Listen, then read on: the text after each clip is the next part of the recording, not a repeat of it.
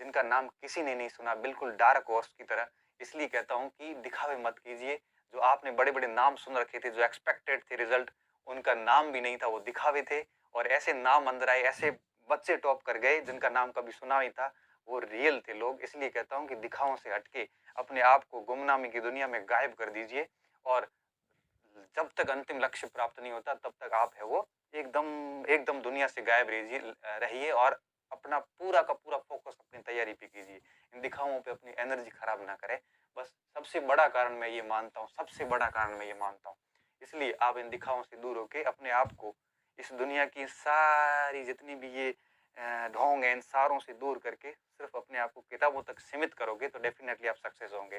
दूसरा, अपने आप को नियमित करो, भले आप 2 घंटे पढ़ो, लेकिन नियमित करो। प्लस नियोजित करो अपने आप को, बिल्कुल प्लानिंग के साथ काम करो कि मुझे 1 महीने में टारगेट सेट करो कि 1 महीने में क्या पढ़ना है। 1 महीने में मुझे जैसे भूगोल पढ़ना है तो मुझे इस पूरे भूगोल को 1 महीने में कैसे पूरा करना है, इसकी प्लानिंग करके चलो। अपने आप को घंटों में मत बांधो कि मैं 8 घंटे पढ़ूंगा, सुबह इतने बजे उठूंगा, ऐसे घंटों में मत बांधो। आप अपने आप को ऐसे प्लान करो, आगे के 2 महीने में मुझे ज्योग्राफी और हिस्ट्री पूरे करने हैं, क्योंकि एक सब्जेक्ट को एक साथ एक दिन में आप 2-3 सब्जेक्ट एक साथ पढ़िए, बड़ा मजा आता है, क्योंकि एक सब्जेक्ट में हम बोर हो जाते हैं। तो 2-3 सब्जेक्ट एक साथ लेके कितने महीने में पूरा करना है, तो महीने का टारगेट सेट कीजिए। उसके बाद में पर डे उसको जितना आप, जब तक आपकी आंखें थक नहीं जाती तब तक उसको पढ़ते रहिए। और इसके अलावा सप्ताह में 5 दिन पढ़ें तो 2 दिन उसका रिवीजन करें, बस रिवीजन करते जाए।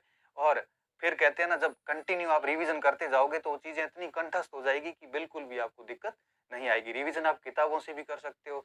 अगर आपने किताब को 2-4 बार पढ़ के शॉर्ट नोट्स बनाए हैं तो नोट्स रिवीजन कीजिए, किताब पढ़ने की वापस आवश्यकता नहीं होती है। तो इस प्रकार से इन 4 चीजों का ध्यान रखोगे तो निश्चित रूप से सफलता जो है वो आपके कदम चूमेगी और आप एक बार निश्चित रूप से सफल हो जाओगे। और मैं आपको एक लास्ट में जाते-जाते एक और बात बता दूं, जब तक ये सफलता नहीं मिलती है ना, तब तक हमें बहुत ऐसा लगता है कि पता नहीं कितनी मुश्किल से ये मिलती होगी। जब तक नहीं मिलती तब तक हमें वो इतनी मतलब ऐसा लगता है जैसे सफलता पता नहीं कौन-सा पहाड़ है जो हम चढ़ नहीं पा रहे हैं। मतलब सफलता जब तक दूर है, जब तक नहीं मिली है ना, जब तक अलब्ध है, तब तक ही कठिन है। और तब तक ही अपने लिए वो एक प्रकार से प्यास है। जैसे वो मिल जाती है ना, उसके बाद लगता है ये तो कुछ था ही नहीं, इतनी आसानी से थी ये। और एक सफलता के बाद कई सफलताएं मिल जाती है। आपने देखा होगा, आपके आस-पास कई उदाहरण देखे होंगे। एक नौकरी के बाद कई नौकरियां लग जाती है। तो सफलता एक बार मिल जाती है ना, तो उसके बाद कई मिल जाती है। उसका कारण ये होता है कि जब भी सफलता मिलती है तभी हमें पता चलता है कि इतना मुश्किल था नहीं जितना हम सोच रहे थे। तो इन सारी कमियों को दूर करते हुए आगे बढ़िए।